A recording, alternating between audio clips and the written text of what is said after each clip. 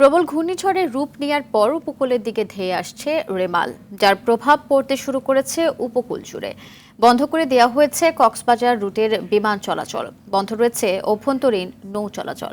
মংলা ও পায়রা সমুদ্র বন্দরকে 10 নম্বর মহাবিপদ সংকেত এবং চট্টগ্রাম ও কক্সবাজারকে 9 নম্বর বিপদ সংকেত দেখিয়ে যেতে বলা হয়েছে।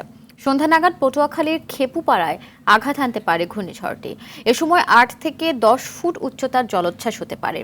আবহাওয়া অফিস জানিয়েছে ভয়াবহ হতে পারে এর প্রভাব। রেমাল মোকাবেলায় ত্রাণ ও দুর্যোগ মন্ত্রণালয়ের পক্ষ থেকে নেওয়া হয়েছে সব ধরনের প্রস্তুতি। দেখুন এআর বাদলের রিপোর্ট। ঘূর্ণিঝড় রেমাল সন্ধ্যা নাগাদ বাংলাদেশ উপকূল অতিক্রম করার কথা থাকলেও গতি বৃদ্ধি পাওয়ায় উপকূলীয় এলাকাগুলোতে এরই মধ্যে ব্যাপক প্রভাব পড়তে শুরু করেছে। পটুয়াখালী ও বরগুনার পাথরঘাটাতে বৃষ্টির সঙ্গে ঝোড়ো বাতাস বইছে। ঘূর্ণিঝড়ের কারণে বাগেরহাটের মংলা বন্দরে পণ্য ওঠানামা বন্ধ আছে। সকল ধরনের নৌযান চলাচল বন্ধ করে দেয়া হয়েছে। আশ্রয়কেন্দ্রে যাওয়ার সময় তীব্র স্রোতে মংলায় ট্রলারডুবির ঘটনা ঘটেছে। এতে 2 জন নিখোঁজ রয়েছেন। নোয়াখালীর হাতিয়া ও ভোলার চরাঞ্চলে মানুষকে নিরাপদে সরে যেতে মাইকিং করছে প্রশাসন। বেড়িবাঁধের বাইরে থাকা লোকজনকে নিরাপদ আশ্রয়ে সরে যাওয়ার নির্দেশ দিয়েছে প্রশাসন। আঘাত হানার সময় ঘূর্ণিঝড়ের গতিবেগ থাকতে পারে ঘন্টায় 110 থেকে 120 কিলোমিটার, যা দমকা বা ঝোড়ো হাওয়া আকারে 135 কিলোমিটার পর্যন্ত উঠতে পারে। ঘূর্ণিঝড়, জলোচ্ছ্বাস আর বৃষ্টিপাত একসাথে হওয়ার কারণে এর প্রভাব ভয়াবহ হতে পারে বলে জানিয়েছে আবহাওয়া অফিস। পায়রা ও মংলা সমুদ্র বন্দরকে 10 নম্বর মহাবিপদ সংকেত, আমি আবার বলছি 10 নম্বর মহাবিপদ সংকেত দেখাতে বলা হয়েছে।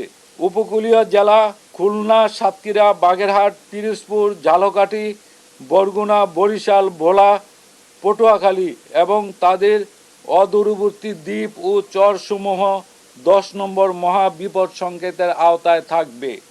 কক্সবাজার ও চট্টগ্রাম সমুদ্র বন্দরকে 9 নম্বর মহাবিপদ সংকেত, আমি আবার বলছি 9 নম্বর মহাবিপদ সংকেত দেখিয়ে যেতে বলা হয়েছে।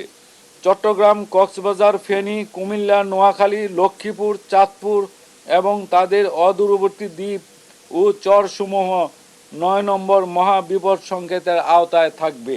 জলোচ্ছ্বাসের কথাটাও আমি বলেছি 8 থেকে 10 ফুট এবং বাড়ি বর্ষণ আরেকটি অংশ, আর দমকা বাতাস, এই যে 3টা অংশ একই সাথে কার্যক্রম চলবে, সেহেতু এইখানে যে তাণ্ডব হবে, এই যে প্রভাব, এটা খুব ভয়াবহ অবস্থায় হবে। দুর্যোগ ব্যবস্থাপনা ও ত্রাণ প্রতিমন্ত্রী মহিবুর রহমান জানিয়েছেন, সাইক্লোন শেল্টারে এরই মাঝে কয়েক লাখ মানুষ আশ্রয় নিয়েছে। এছাড়া ক্ষয়ক্ষতি মোকাবেলায় ব্যাপক প্রস্তুতি নেওয়া হয়েছে। পাহাড়ি অঞ্চলগুলি ব্যাপকভাবে ল্যান্ডস্লাইড হওয়ার সম্ভাবনা আছে। সমস্ত মন্ত্রণালয়ের সমস্ত কর্মচারীদের আমাদের ঝড় শেষ না পর্যন্ত সমস্ত ছুটি বাতিল করা হয়েছে। আমাদের সমস্ত সেনাবাহিনী, কোস্টগার্ড, আমাদের নৌবাহিনী এবং আমাদের সিভিল প্রশাসন, আমাদের লোকাল প্রশাসন, সবাই আমরা ঐক্যবদ্ধভাবে এটার ফেস করার জন্য আমরা তৈরি হয়ে আছি। দুর্যোগ পরবর্তী পরিস্থিতি মোকাবেলায় প্রস্তুত রয়েছে বিভিন্ন স্বেচ্ছাসেবী সংগঠন। এআর বাদল, RTV, ঢাকা।